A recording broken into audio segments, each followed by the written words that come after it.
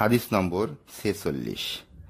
তালহা ইবনুল Ubaidullah রাদিয়াল্লাহু আনহু হতে বর্ণিত, তিনি বলেন, জনৈক নজদবাসী আল্লাহ রাসূল সাল্লাল্লাহু আলাইহি সাল্লাম এর নিকট এলো। তার মাথায় চুল ছিল এলোমেলো। আমরা তার কথায় মৃদু আওয়াজ শুনতে পাচ্ছিলাম, কিন্তু সে কি বলছিল আমরা তা বুঝতে পারছিলাম না।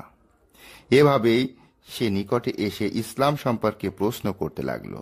আল্লাহ রাসূল সাল্লাল্লাহু আলাইহি সাল্লাম বললেন, দিন রাতে 5 ওয়াক্ত সালাত।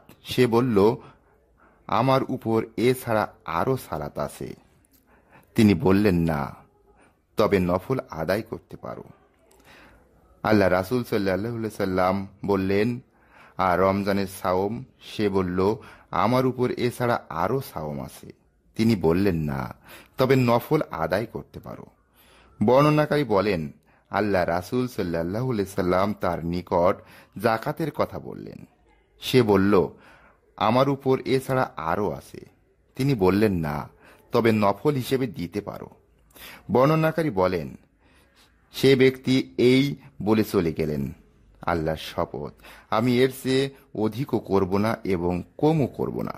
তখন আল্লাহ রাসূল সাল্লাল্লাহু আলাইহি সাল্লাম বললেন, সে কৃতকার্য হবে যদি সত্য বলে থাকে।